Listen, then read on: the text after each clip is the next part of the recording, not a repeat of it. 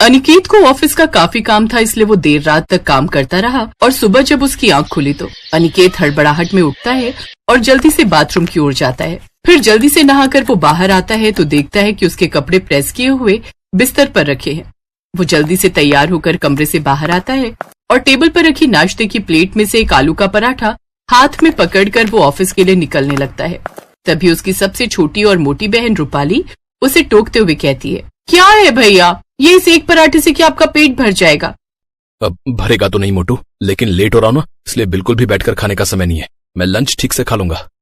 अच्छा, और लंच में क्या खाएंगे? बाहर का तो आप कुछ खाते नहीं और घर का लेकर नहीं जा रहे। अरे वो अब हकलाना बंद करो और चुपचाप यहाँ बैठकर आराम से नाश्ता कीजिए। अभी पूरा पौना घंटा बाकी है आपके ऑफिस टाइमिंग में। तब तक राजमा चावल भी बनकर तैयार हो जाएंगे। मैं आपके लिए लंच के लिए वो भी पैक कर दूंगी। अरे वाह, तो पहले बताना चाहिए था ना कि अभी समय है, और ऊपर से तुम मेरे फेवरेट राजमा चावल बना रही हो। फिर तो मैं जरूर लंच लेकर जाऊंगा, भले ही मुझे देरी क्यों ना हो जाए। ओए मोटी, ऐसा कर 2 पराठे और ले आजा। ये हुई ना बात। अनिकेत आराम से बैठकर आलू के पराठे खाने लगता है। तभी उसकी 5 बहनें वहाँ खड़े होकर उसको देख रही होती हैं। उन्हें देखकर अनिकेत कहता है, अरे तुम 5 मुझे यूं घूर कर क्यों देख रही हो? तुम 5 का व्रत है क्या? हम क्यों व्रत रखेंगे भैया? तो फिर मुझे घूर कर क्यों देख रही हो भाई? तुम सब भी बैठकर खाना खा लो ना। हम आपको इसलिए घूर रहे हैं क्योंकि आप अपना बिल्कुल भी ध्यान नहीं रखते। अगर हम आपको रोकते नहीं तो आप तो उस एक आलू के पराठे को खाकर ही सारा दिन निकाल देते। और आपको याद नहीं क्या भैया, माँ हमेशा क्या कहती थी कि कभी भी खाली पेट घर से नहीं जाना चाहिए। सच में मैं बड़ा किस्मत वाला हूँ जो मुझे तुम 5 ख्याल रखने वाली प्यारी बहनें मिली हैं। अब देखो ना, सुबह लेट उठने के बाद भी सब कुछ मुझे कराया मिल गया। यहाँ तक कि अलमारी से कपड़े तक भी नहीं निकालने पड़े। आप भी तो हमारा कितना ख्याल रखते हो भैया। हम 5 की खुशी के लिए दिन रात मेहनत करते हो, तो आपका ख्याल रखना तो हमारा फर्ज है। और माँ बाबा के जाने के बाद एक आप ही हो जिसने हमें माँ बाप दोनों का प्यार दिया है। ऐसे ही समय बीता। एक रोज अनिकेत अपने दोस्त के साथ लंच कर रहा था। फाइनली मेरी बहन की शादी तय हो गई यार। अब कुछ दिनों के बाद वो अपने ससुराल जाएगी और फिर घर का बड़ा एसी वाला कमरा मेरा। अबे साले, तुझे अपनी बहन की शादी की ज्यादा खुशी है या एसी वाला कमरा मिलने की? यार सच कहूं तो कमरा मिलने की।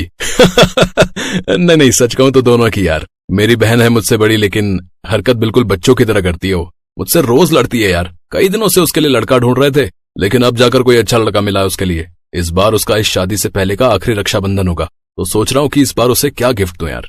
अच्छा सा सजेस्ट करना यार। शादी में तो वो सब अपनी पसंद का लेगी, तो राखी पर उसे क्या दूं? अबे तो खुद मुझसे पूछ रहा है यार। तेरी तो एक बहन है तो तू इतना सोच रहा है, मेरी सोच 5 बहनें हैं। अब उन सबको क्या दूं, कुछ समझ में नहीं आ रहा यार। ऊपर से मैं अभी तक उनके लिए एक भी रिश्ता नहीं ढूंढ पाया यार। यार अनिकेत, अब एक बहन हो तो बताऊं, तेरी 5 बहनों के लिए मैं क्या ही बताऊं यार। अच्छा सुन, मेरी मान तो तू ना सबको शगुन के लिफाफे में 100 रुपए डाल के दे दे यार, सस्ते में निपट जाएगा। और रही बात शादी की, तो वो तो तेरे ऊपर बड़ी जिम्मेदारी है, जानता हूं। लेकिन किसी भी तरह मुझे पायल के लिए लड़का ढूंढना ही होगा यार। आज नहीं तो कल उसकी शादी तो करवानी ही है ना। अरे ये क्या यार, तेरी बातों के चक्कर में तो सारा खाना ही ठंडा हो गया। खाना।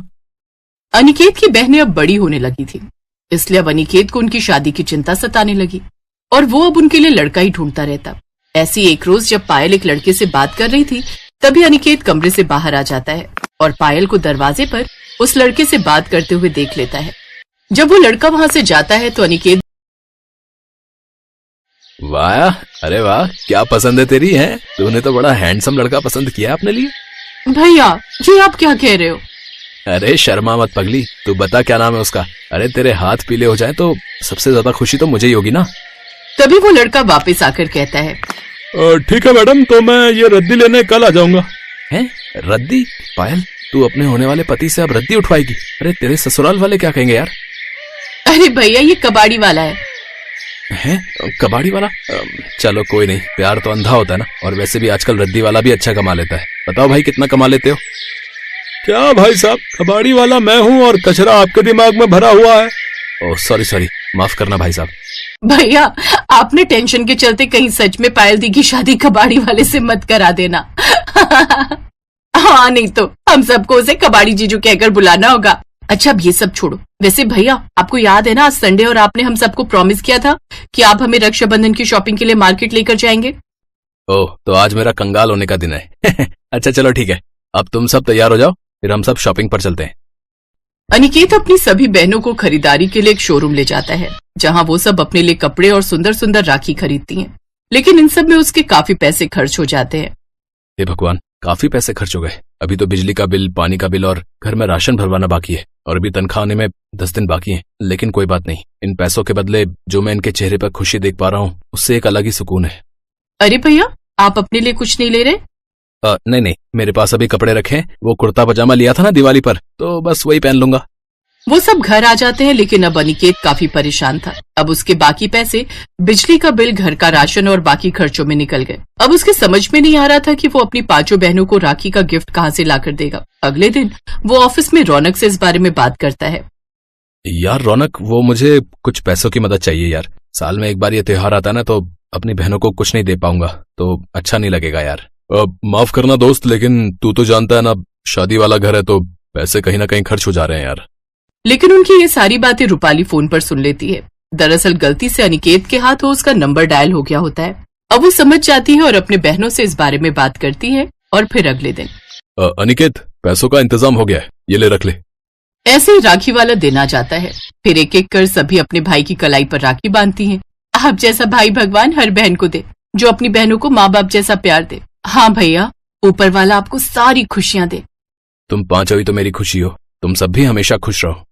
कुछ दिन बाद अनिकेत तनख्वाह आने पर रौनक को पैसे लौटाता है, तो रौनक उससे कहता है, अरे ये पैसे मुझे नहीं चाहिए भाई, क्योंकि ये मेरे पैसे हैं ही नहीं। ये तो मुझे तुम्हारी 5 बहनों ने दिए थे, जो उन्होंने अपनी पॉकेट मनी से जोड़े थे, ताकि तुम उनके लिए बिना परेशानी के तोहफे ले सको। और यार, उन सब ने तो मुझे तुम्हें कुछ भी बताने से मना भी किया था।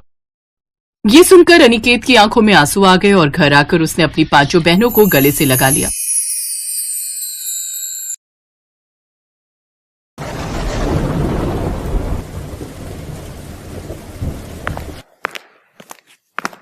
माँ उठो, माँ लो ये दवाई खा लो। हाँ हाँ बेटा, जरा मदद कर दे बेटा, अब तो शरीर उठने को राजी नहीं है। सीनू अपनी माँ सविता को सहारा देकर बिस्तर पर बिठाती है। सीनू बहुत ही समझदार और एक जिम्मेदार लड़की थी। कई साल पहले एक सड़क हादसे में सीनू ने अपने पिता को खो दिया था। इस हादसे के बाद से ही सीनू की माँ सविता बहुत बीमार रहने लगी। धीरे धीरे तबीयत बिगड़ती गई और वो बिस्तर पर आ गई। अब सीनू को ही सब कुछ संभालना था। उसने शहर के मेन मार्केट में सब्जी बेचना शुरू कर दिया। छोटी सी उम्र में वो घर का खर्चा चला रही थी, लेकिन किसी अच्छे डॉक्टर से अपनी माँ का इलाज करवा पाना उसके बस से बाहर था। दवाई खाने के बाद सविता सीनू के सिर पर हाथ रखती है और कहती है, तूने कुछ खाया बेटा?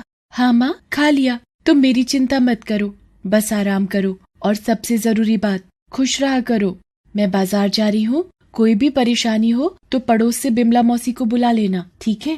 सविता सीनू को एकटक देख रही थी और अचानक रोने लगी। सीनू ने उसके आंसू पोंछे और उससे पूछा, क्या हुआ माँ, क्या सोचने लगी तुम? मुझे माफ कर दे बेटा, इतनी सी उम्र में तुझे कितनी मेहनत करनी पड़ रही है और मैं सारा दिन बस बिस्तर पर ही पड़ी रहती हूँ। काश तेरा कोई भाई होता तो आज हमारी ये हालत ना होती। ये कैसी बातें कर रही हो माँ? तुम बीमार हो इसलिए कुछ नहीं कर पा रही हो, और मेरा भाई होता तो वो भी यही करता जो मैं कर रही हूँ। जो है सब अच्छा है। अब तुम आराम करो, मैं चलती हूँ और ज्यादा सोचना मत। इतना कहकर सीनू सब्जियों का ठेला लेकर बाजार की तरफ चली गई। उसने भले ही अपनी माँ को दिलासा दे दिया था, लेकिन सच तो ये था कि उसे भी किसी सहारे की जरूरत थी। एक भाई की कमी उसे भी महसूस होती थी, लेकिन हालात से समझौता करना सीनू को आता था। वो सब कुछ भूल कर सब्जी बेचने लगी। तभी वहाँ एक बाइक आकर रुकी। बाइक पर करीब 22-23 साल का लड़का था, जो बाइक रोककर किसी से फोन पर बात करने लगा। अरे कैसी बातें कर रहे हो? ऐसा बिल्कुल नहीं होना चाहिए। वो सारा सामान गरीब बच्चों के लिए है, उन तक ही पहुंचना चाहिए। तुम रुको, मैं आता हूं जल्दी, फिर देखता हूं। वो लड़का आदित्य था, जो एक सॉफ्टवेयर कंपनी में काम करता था, साथ ही एक समाज सेवी संस्था से भी जुड़ा था। सीनू ने उसे देखा तो उससे बोली, भैया, ओ भैया, कुछ सब्जी भाजी ले जाओ घर के लिए, सबकी सब एकदम ताजी हैं। नहीं गुड़िया, अभी घर नहीं जा रहा हूँ, कहीं और जाना है, फिर कभी ले जाऊंगा। आदित्य की बात सुनकर सीनू का चेहरा उतर जाता है। आदित्य जैसे ही जाने के लिए अपनी बाइक स्टार्ट करता है तो वो स्टार्ट नहीं होती। वो कई बार कोशिश करता है, लेकिन सब बेकार। उसे देर हो रही थी। अब वो परेशान होने लगा। ये देखकर सीनू ने उससे कहा, भैया जी, आपने मुझसे सब्जी नहीं खरीदी ना? तो देखो, आपकी फटफटिया भी बुरा मान गई। लेकिन आप चिंता मत करो, आप 2 मिनट रुको, मैं किसी को जानती हूँ जो आपकी मदद कर सकता है। सीनू आदित्य को अपनी सब्जियों के पास छोड़कर चली गई। कुछ ही मिनटों में वो अपने साथ एक मैकेनिक को ले आई जिसकी दुकान पास में ही थी। उसने आदित्य से कहा, लो भैया, ये हैं गाड़ियों के डॉक्टर, ये सब ठीक कर देंगे। आदित्य सीनू की बात पर मुस्कुरा देता है। मैकेनिक अपने काम पर लग जाता है। आदित्य सीनू से कहता है, गुड़िया, तुम्हारा बहुत बहुत शुक्रिया। तुम मदद ना करती तो पता नहीं कितनी देर लग जाती। वैसे नाम क्या है तुम्हारा, और तुम्हारे पापा का है? मेरा नाम सीनू है और मेरे बाबा वो तो भगवान जी के पास चले गए कई साल पहले। ओह, और तुम्हारी माँ? और कौन है तुम्हारे घर में? बस माँ और मैं। माँ भी बहुत बीमार है, वो तो बिस्तर से उठ भी नहीं सकती। अरे, तो तुम रोज यहाँ अकेले ही सब्जी बेचती हो? तुम्हारी मदद के लिए कोई नहीं है? नहीं भैया जी, कोई नहीं है मेरी मदद करने को। आप ही कर दो मेरी मदद, कुछ सब्जियां खरीद लो। 4 घंटे हो गए यहाँ खड़े खड़े, आज तो बोनी भी मुश्किल लग रही है। रक्षाबंधन आने वाला है, सोचा था सब्जी बेचकर जो पैसे मिलेंगे उनसे खूब सारी राखियां ले आऊंगी, तो उन्हें बेचकर और अच्छी कमाई हो जाएगी। और फिर मैं...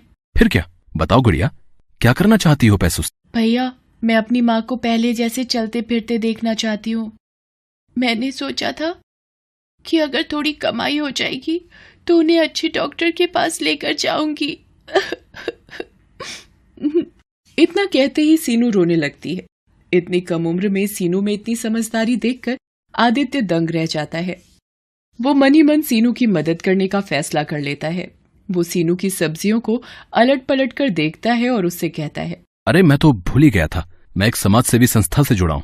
वहाँ कल गरीब बच्चों को खाना खिलाने वाले। तुम रुको जरा 1 मिनट। आदित्य तुरंत किसी को फोन लगाता है और कुछ देर बात करने के बाद सीनू से कहता है, चलो भाई गुड़िया, हो गया तुम्हारा काम। तुम फटाफट पैसे जोड़ो और मुझे बताओ, ठीक है? अभी थोड़ी देर में एक लड़का आएगा और तुम्हारी सारी सब्जियां लेकर जाएगा, ठीक है? अरे वाह भैया, आपका बहुत बहुत शुक्रिया। आपने तो मेरी बहुत बड़ी मदद कर दी। अरे नहीं गुड़िया, सब्जी तो कहीं ना कहीं से खरीदनी ही थी, तो तुमसे ले ली। वैसे अब खुश तो हो ना तुम? बहुत खुश हूँ भैया। अब आप देखना, एक से एक राखी खरीद कर लाऊंगी और उन्हें बेचकर खूब पैसे कमाऊंगी। फिर सब अच्छा हो जाएगा। खुश रहो, खुश रहो। अच्छा, ये लो पैसे। लेकिन ये तो मेरी सब्जी के दाम से ज्यादा पैसे हैं भैया। भैया कह रही हो तो मैं भी छोटी बहन समझ के दे रहा हूँ, रख लो। और हाँ, ये लो मेरा फोन नंबर, कोई भी मदद चाहिए हो तो फोन करना, ठीक है? मैकेनिक ने आदित्य की बाइक ठीक कर दी थी। आदित्य सीनू के सिर पर हाथ रखता है और फिर अपनी बाइक लेकर चला जाता है। सीनू काफी देर तक आदित्य के बारे में ही सोचती रही। शाम के वक्त आदित्य की संस्था से एक लड़का आकर सीनू से सारी सब्जी ले जाता है। सीनू बहुत खुश थी। वो सारे पैसों से जाकर नए नए डिजाइन की राखियां खरीद लेती है और उन्हें अपने ठेले में सजाकर रक्षाबंधन से एक दिन पहले बाजार आ जाती है और जोर से चिल्लाती है, राखी ले लो राखी, गुड्डे वाली, फूल वाली, गोटे वाली राखी, सुंदर सुंदर राखी ले लो। सीनू कई घंटों तक ऐसे ही आवाज लगाती रहती है, पर कोई भी उससे राखी नहीं खरीद रहा था। दरअसल कुछ ही दूर राखियों की एक बड़ी सी दुकान थी जहां सीनू से ज्यादा वैरायटी की राखियां थी, इसीलिए सभी लोग उसी दुकान से राखियां खरीद रहे थे। ये देखकर सीनू फिर से उदास हो गई थी। शाम हो गई पर उसकी एक भी राखी नहीं बिकी। वो अपनी राखियों के साथ घर पहुंची तो उसे उदास देखकर सविता ने पूछा, क्या हुआ सीनू? जाते हुए तो बड़ी खुश थी तू। क्या बताऊं माँ, पूरा दिन धूप में चिल्लाती रही पर किसी ने एक भी राखी नहीं खरीदी मुझसे। सब लोग उस रामलाल की दुकान पर ही जा रहे थे। कल रक्षाबंधन है, अगर कल भी मेरी राखियां नहीं बिकी तो क्या होगा माँ? हिम्मत मत हार बेटी, भगवान किसी को तो भेजेंगे। सीनू ने अपने सारे पैसे राखी खरीदने में लगा दिए थे। अब तो उसके पास बेचने के लिए सब्जियां भी नहीं थी और ना ही वापस सब्जी खरीदने के लिए पैसे। अगले दिन रक्षाबंधन था। वो सुबह सुबह ही अपनी राखियां लेकर बाजार पहुंच गई। 1-2 लोगों ने आकर उसकी राखियां देखी जरूर, पर खरीदी नहीं। दोपहर हो गई थी। सीनू का सब्र टूटता जा रहा था। तभी उसने सामने से आदित्य को आते देखा। अरे भैया, आप कैसे हो आप? अरे गुड़िया, मैं अच्छा हूँ गुड़िया, तुम्हारी राखियां देखने आया हूँ और खरीदने भी। अच्छा तो लीजिए ना, ये देखिए, इस पर कितना प्यारा गुड्डा लगा है और ये फूल वाली अच्छी है ना? सीनू खुश दिखने की कोशिश तो कर रही थी, पर आदित्य उसका चेहरा देखकर सब समझ गया था। उसने आते हुए राखियों की दुकान और उसमें लगी भीड़ भी देख ली थी और उसे समझने में देर नहीं लगी कि सीनू के लिए अपनी राखियां बेच पाना कितना मुश्किल था। उसने सीनू से कहा, गुड़िया, तुम बहुत छोटी हो। इतनी सी उम्र में तुम में जो हौसला है उसकी जितनी तारीफ की जाए वो कम है। लेकिन बेटा, ऐसे काम नहीं चलेगा, तुम्हें कुछ और सोचना होगा। मतलब भैया, मैं कुछ समझी नहीं। आदित्य उसकी तरफ देखकर मुस्कुराता है और अपनी बाइक साइड में लगाकर सीनू की जगह जाकर खड़ा हो जाता है और जोर जोर से चिल्लाने लगता है, ले लो, किस्मत वाली राखी ले लो। इसे खरीदोगे तो किस्मत खुल जाएगी, हर मुश्किल दूर भाग जाएगी। जिस भाई की कलाई पर बंधेगी ये राखी, उसकी उम्र 100 साल की हो जाएगी। ले लो। आदित्य की पर्सनैलिटी बहुत अच्छी थी। लोग उसे राखियां बेचते हुए देखकर पहले ही चौंक गए थे। ले लो। ऊपर से आदित्य का उनको बुलाने का तरीका भी मजेदार था। धीरे धीरे लोग उसके पास आते गए। सीनू उन्हें राखियां बेचती गई और आदित्य इसी तरह मजेदार बातें करके लोगों को आकर्षित करता गया। कुछ ही देर में सीनू की सारी राखियां बिक गई। ये देखकर आदित्य बहुत खुश हुआ। उसने सीनू से कहा, देखा गुड़िया, ऐसे बेचते हैं सामान। सारी राखियां बिक गई तुम्हारी। नहीं भैया, सारी नहीं बिकी। मैंने एक राखी बचा कर रखी है। लेकिन क्यों गुड़िया? अभी तो तुमने एक ग्राहक से कहा कि सारी राखियां बिक गई हैं, उसके लिए नहीं बची। तुमने ये राखी उसे क्यों नहीं दी? क्योंकि ये राखी बेचने के लिए नहीं, बल्कि मेरे भैया की कलाई पर सजने के लिए है। मैं जानती हूँ कि मेरी हैसियत बहुत छोटी है। मुझे हमेशा से एक भाई की कमी महसूस होती थी। अगर आपको बुरा ना लगे तो क्या मैं आपको राखी बांध सकती हूँ? क्यों नहीं गुड़िया, मेरी भी कोई बहन नहीं है। और सच कहूं तो तुम्हें देखकर मुझे भी ऐसा ही लगा कि अगर मेरी कोई छोटी बहन होती तो बिल्कुल तुम्हारे जैसी नटखट होती। इतना कहकर आदित्य अपना हाथ सीनू की तरफ बढ़ा देता है और सीनू उसकी कलाई पर राखी बांध देती है। दोनों बहुत खुश थे। फिर आदित्य अपनी जेब से एक तोहफा निकालकर सीनू को देता है। सीनू चौंक जाती है और कहती है, अरे भैया, ये मेरे लिए? हाँ, तुम्हारे लिए ही है। अब बातें छोड़ो और जल्दी से इसे खोल कर देखो। सीनू जल्दी से अपना तोहफा खोलती है। उसमें शहर के एक बड़े डॉक्टर से अपॉइंटमेंट का पर्चा था। सीनू की आंखों में आंसू आ जाते हैं। वो बस आदित्य को देखती रह जाती है, कुछ नहीं बोल पाती। तुमने जितने दुख झेलने थे झेल लिए मेरी बहन। अब तुम्हारा भाई आ गया है जो सब ठीक कर देगा।